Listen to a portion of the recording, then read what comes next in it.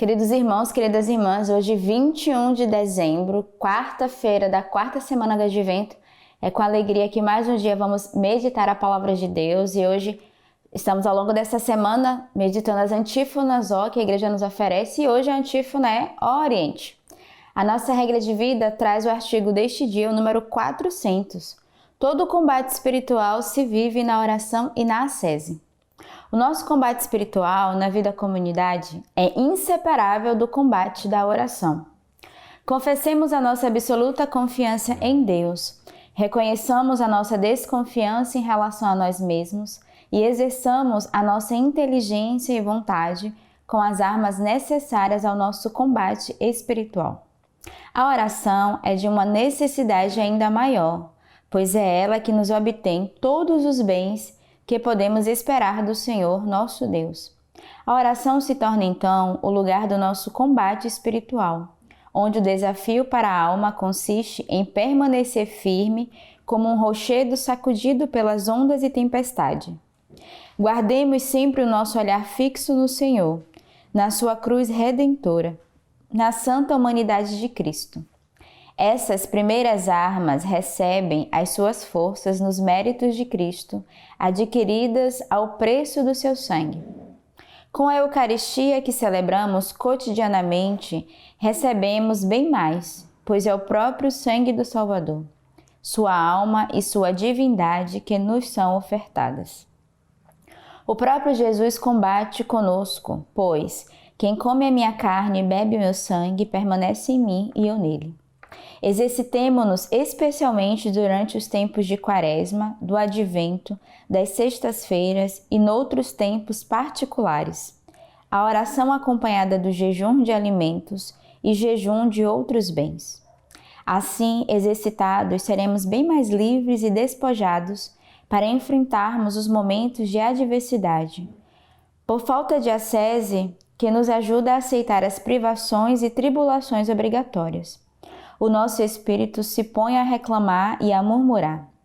Recusemos alimentar as reclamações dos nossos desejos carnais, senão são eles que nos dominarão e que nos submeterão aos seus caprichos. Essa espécie de demônio não pode sair a não ser com a oração. Com o jejum expulsa os inimigos da nossa salvação, que faz tremer os nossos mais terríveis adversários. Devemos, bem ao contrário de temê-lo, amá-lo e abraçá-lo com alegria. É a embriaguez, é a intemperança, e não o jejum, que é preciso temer. A intemperança nos sobrecarrega de ferros, ela nos entrega à tirania das nossas paixões, como de um mestre duro e cruel. Ao passo que o jejum, quebrando os nossos laços, nos liberta do jugo insuportável de uma odiosa servidão e nos devolve a liberdade que tínhamos perdido. É importante conhecer-se a si mesmo e evitar todo tipo de presunção, pois aquele que se encontra em estado de fraqueza, não sendo capaz de resistir à soberba da sua própria natureza, deve manter-se longe da tentação e jamais descer numa arena de um combate que ultrapassa as suas forças. Jesus nos adverte. Ou ainda, qual rei que partindo para guerrear contra o rei, primeiro não se senta para examinar-se? Com 10.000 homens, poderá confrontar-se com aquele que vem contra ele com 20.000? Do contrário, enquanto o outro ainda está longe, envia uma embaixada para perguntar as condições de paz. Igualmente, portanto, qualquer de vós que não renunciar a tudo que possui, não pode ser meu discípulo. Nas resoluções que tomamos, a nossa vontade, por mais fraca que seja, se sente seduzida pela beleza da virtude, mas à vista das dificuldades que é preciso suportar para adquiri-la. Ela se desanima e é fortemente tentada a voltar para trás. Deveríamos, ao contrário, nos acostumar a acolher melhor e de bom coração as dificuldades, pois nos ajudam e nos são mesmo necessárias para a aquisição das virtudes.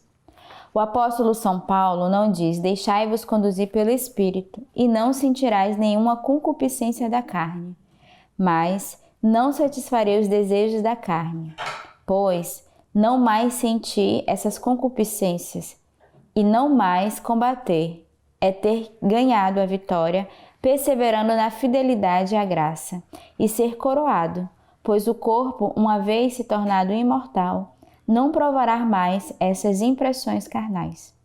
Durante a perseguição é o combate que nos vale a coroa. Durante a paz é a consciência. Que ninguém se imagine, portanto, que o tempo lhe falta.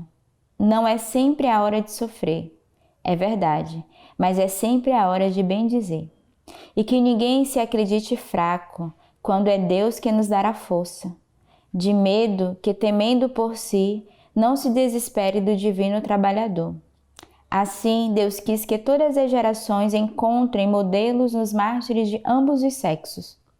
Eis, velhos coroados, jovens, homens coroados, adolescentes coroados, crianças coroadas, homens coroados, mulheres coroadas.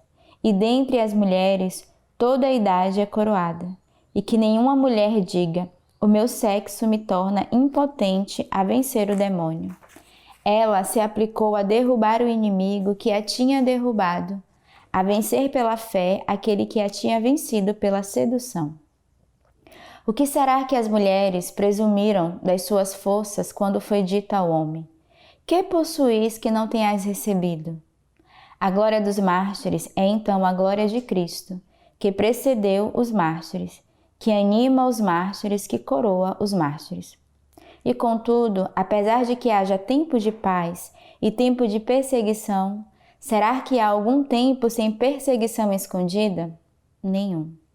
Este leão, chamado também de dragão, não ruge sempre, não está sempre em emboscadas, mas deve ser sempre perseguido. Em tempos de violência declarada, não há armadilhas. Em tempo de armadilhas, não há violência declarada. Isto é, quando ruge como um leão, ele não se intromete como um dragão. E quando se intromete como um dragão, não ruge como um leão. Mas como ele é sempre ou leão ou dragão, é preciso sempre persegui-lo. Quando o rugido silencia, teme as armadilhas.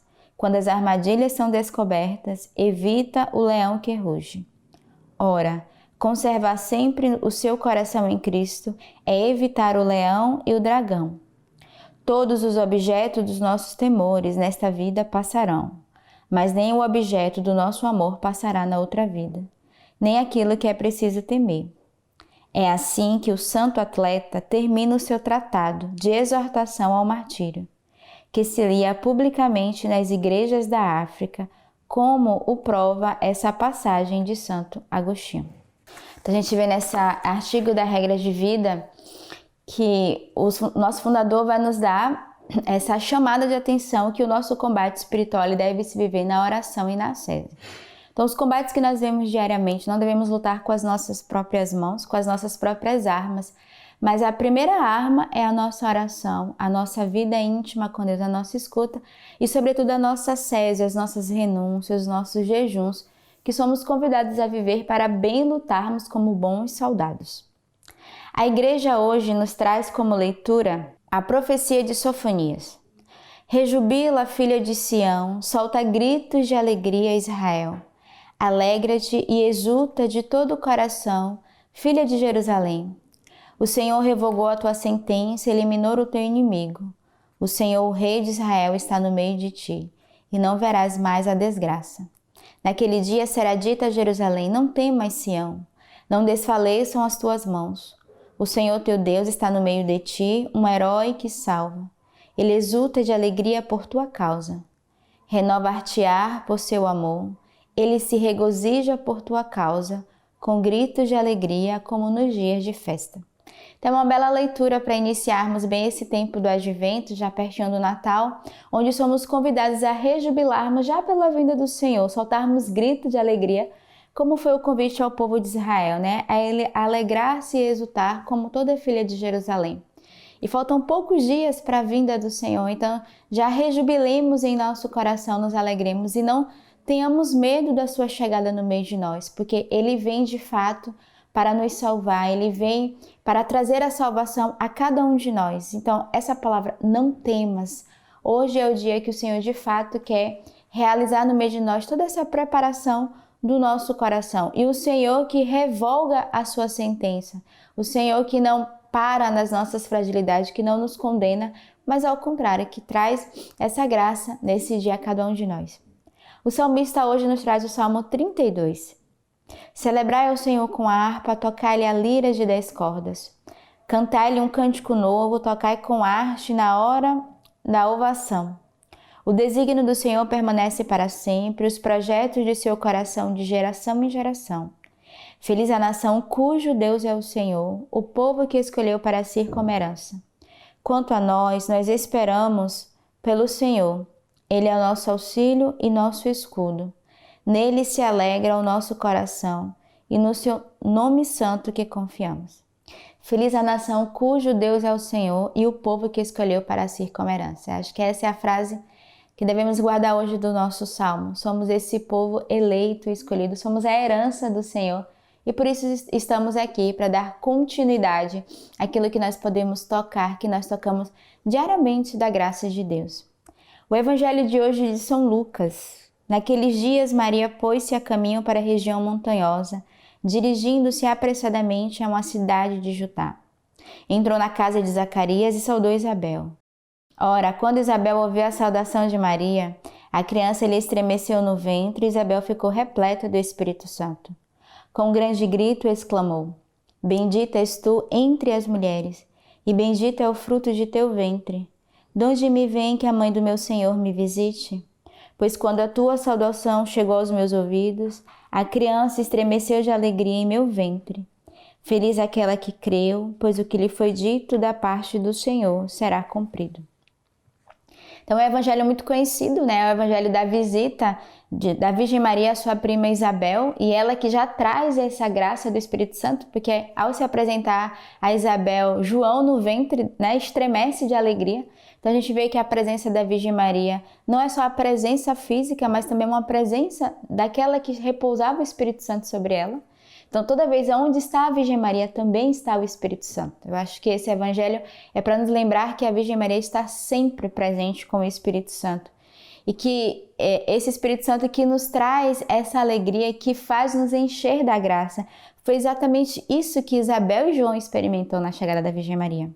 E essa frase do Evangelho que deve ficar para cada um de nós. Feliz aquela que creu, pois o que foi dito da parte do Senhor será cumprido.